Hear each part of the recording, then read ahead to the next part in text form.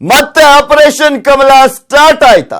ದಿಲ್ಲಿಯಲ್ಲಿದ್ದಾರೆ 7 ಮಂದಿ ಕೈ ಅತೃಪ್ತ ಶಾಸಕರು. ಮಾಜಿ ಸಚಿವರು ಸೇರಿ 7 ಮಂದಿ ಶಾಸಕರು ದೆಹಲಿಯಲ್ಲಿ ಬೀಡು ಬಿಟ್ಟಿದ್ದಾರಂತೆ.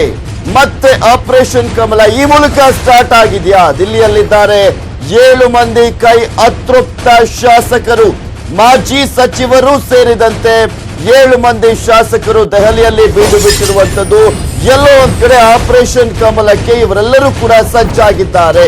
ಆಪರೇಷನ್ ಕಮಲದ ಕೆಡ್ಡಾಗೆ ಈ ಶಾಸಕರು ಬಿದ್ದಿದ್ದಾರೆ ಅಂತ ಕೂಡ ಹೇಳಲಾಗ್ತಾ ಇದೆ. ಮಾಧ್ಯಮಗಳಿಂದ ನಿಷೇಧಕ್ಕೆ ಒಳಗಾಗಿದ್ದಂತ ಮಾಜಿ ಸಚಿವ ಸೇರಿದಂತೆ ಮಾಜಿ ಸಚಿವರು ಸೇರಿದಂತೆ 7 ಮಂದಿ ಅತೃಪ್ತ ಶಾಸಕರು ದೆಹಲಿಯಲ್ಲಿ ಇರುವಂತದ್ದು.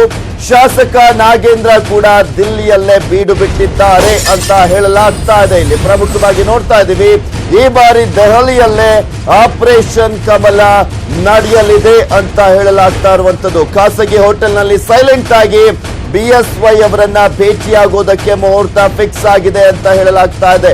ದಿಲ್ಲಿ ಬಿಜೆಪಿ ನಾಯಕರ ಸಂಪರ್ಕಕ್ಕೆ ಅತೃಪ್ತರು ಯತ್ನವನ್ನ ಮಾಡ್ತಾ ಇದ್ದಾರಂತೆ. ಈ ಬಾರಿ ದೆಹಲಿಯಲ್ಲೇ ಆಪರೇಷನ್ ಕಮಲ ನಡೆಯುತ್ತೆ ಅಂತ ಹೇಳಲಾಗ್ತಾ ಇರುವಂತದ್ದು. ಸೊ ಹೀಗಾಗಿ ಯಾವ ರೀತಿಯಾಗಿ ಎಷ್ಟು ಜನ ಶಾಸಕರು ಅಂದ್ರೆ ಈಗ ಅಲ್ಲಿರುವಂತದ್ದು ಮಾಜಿ ಸಚಿವ ಸೇರಿದಂತೆ ಒಟ್ಟು 7 ಮಂದಿ ಶಾಸಕರಿದ್ದಾರಂತೆ. ಸೊ ಹೀಗಾಗಿ ಈ 7 ಮಂದಿ ಶಾಸಕರು ಕಾಂಗ್ರೆಸ್ನ ಶಾಸಕರೆಲ್ಲರೂ ಕೂಡ ಅಂದ್ರೆ ಇಲ್ಲಿರುವಂತ 7 ಮಂದಿ ಶಾಸಕರು ಬಿಜೆಪಿಗೆ ಸೇರ್ಪಡೆಯಾಗ್ತಾರಾ ಅನ್ನುವ ಪ್ರಶ್ನೆ ಇದೆ. ಸಂಕ್ರಾಂತಿಯ ಒಳಗೆ ಬಿಜೆಪಿ ಕ್ರಾಂತಿ ಮಾಡುತ್ತಾ ಅನ್ನುವ ಪ್ರಶ್ನೆಗೆ ಉತ್ತರ ಸಿಗಲಿದೆ. ಇಲ್ಲಿ ದೆಹಲಿಯಲ್ಲಿ ಅಂದ್ರೆ ಈಗ ಆಲ್ರೆಡಿ ರಾಜ್ಯದ ಸಂಸದರು, ಶಾಸಕರು, ವಿಧಾನ ಪರಿಷತ್ ಸದಸ್ಯರು ಎಲ್ಲರೂ ಕೂಡ ಇದ್ದಾರೆ. ಇದೇ ಒಂದು ಸಂದರ್ಭದಲ್ಲಿ ಈ ಕಾಂಗ್ರೆಸ್ನ ಅತೃಪ್ತ ಶಾಸಕರು ಕೂಡ ಇರುವಂತದ್ದು. ಸೊ ಹೀಗಾಗಿ ಇಲ್ಲಿ ಮುಹೂರ್ತ ಫಿಕ್ಸ್ ಆಗಿದೆಯಾ ಅನ್ನುವ ಒಂದು ಪ್ರಶ್ನೆ ಈಗ ಎದ್ದಿರುವಂತದ್ದು.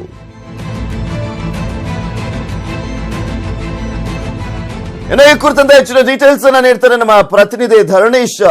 ದೂರವಾಣಿ ಸಂಪರ್ಕದಲ್ಲಿ ನಮ್ಮ ಜೊತೆ ಜಾಯ್ನ್ ಆಗ್ತಾ ಇದ್ದಾರೆ. ಎಸ್ ಧರಣೀಶ್, 7 ಮಂದಿ ಶಾಸಕರು ಮಾಜಿ ಸಚಿವರ ಜೊತೆ ಅಲ್ಲಿ ಬಂದು ಇದ್ದಾರೆ ಅನ್ನುವ ಮಾಹಿತಿ ಲಭ್ಯವಾಗ್ತಾ ಇರುವಂತದ್ದು. ಆಪರೇಷನ್ ಕಮಲಕ್ಕೋಸ್ಕರನೇ ಬಂದಿದ್ದಾರಾ ಅಥವಾ ಮಾತುಕತೆಗೋಸ್ಕರ ಬಂದಿದ್ದಾರಾ ಅಂತ? ಎಕ್ಸಾಕ್ಟ್ಲಿ, ನಿಮ್ಗೇನೀಗ ಕನ್ಫ್ಯೂಷನ್ ಇದಾವೆ, ಅದೇ ತರ ಕನ್ಫ್ಯೂಷನ್ ನ ಕ್ರಿಯೇಟ್ ಮಾಡಬೇಕು ಅನ್ನುವ ಹಿನ್ನೆಲೆಯಲ್ಲೇ ಬಹುಶಃ ಅವರು ದೆಹಲಿಗೆ ಬಂದಿರಬಹುದು. ಮುಖ್ಯವಾಗಿ ಮಾಧ್ಯಮದಿಂದ ನಿಷೇಧಕ್ಕೆ ಒಳಪಟ್ಟಿರುವಂತಹ ಮಾಜಿ ಸಚಿವರ ನೇತೃತ್ವದಲ್ಲಿ ಈ ಶಾಸಕರು ದೆಹಲಿಗೆ ಬಂದಿದ್ದಾರೆ. ಆ ಒಂದು ತಂಡದಲ್ಲಿ 7 ಮಂದಿ ಇದ್ದಾರೆ ಅನ್ನುವಂತ ಮಾಹಿತಿಗಳು ಲಭ್ಯ ಆಗ್ತಿದೆ. ಅವರು ಬಿಜೆಪಿ ನಾಯಕರನ್ನ ಸಂಪರ್ಕಿಸಲಿಕ್ಕೆ ಪ್ರಯತ್ನ ಮಾಡ್ತಿದ್ದಾರೆ ಅಂತ ಕೂಡ ಗೊತ್ತಾಗ್ತಿದೆ. ಆದ್ರೆ ಈಗಷ್ಟೇ ಮಾತನಾಡಿದಂತಹ ರಾಜ್ಯ ಬಿಜೆಪಿಯ ಅಧ್ಯಕ್ಷ BS ಯಡಿಯೂರಪ್ಪ ಈ ಊಹಾಪೋಹಗಳನ್ನ ತಳ್ಳಾಕಿದ್ದಾರೆ. ಅಂದ್ರೆ ಅವರು ಊಹಾಪೋಹ ಅನ್ನುವ ರೀತಿಯಲ್ಲಿ ಮಾತನಾಡಿದರೆ ಮಾಧ್ಯಮದವರನ್ನೇ ಪ್ರಶ್ನೆ ಮಾಡಿದರೆ ಎಲ್ಲಿದ್ದಾರೆ ಆ ಅತೃಪ್ತ ಶಾಸಕರು, ಅವರ ಹೆಸರುಗಳನ್ನು ಹೇಳಿ, ಸಂಖ್ಯೆಗಳನ್ನು ಹೇಳಿ ಅನ್ನುವ ರೀತಿಯಲ್ಲಿ ಕೇಳಿದ್ದಾರೆ. ಬಹುಶಃ ಯಡಿಯೂರಪ್ಪ ಕೂಡ ಇದೇ ರೀತಿ ಮಿಸ್ಗೈಡ್ ಮಾಡ್ಲಿಕ್ಕೆ ಹೇಳಿರಬಹುದು.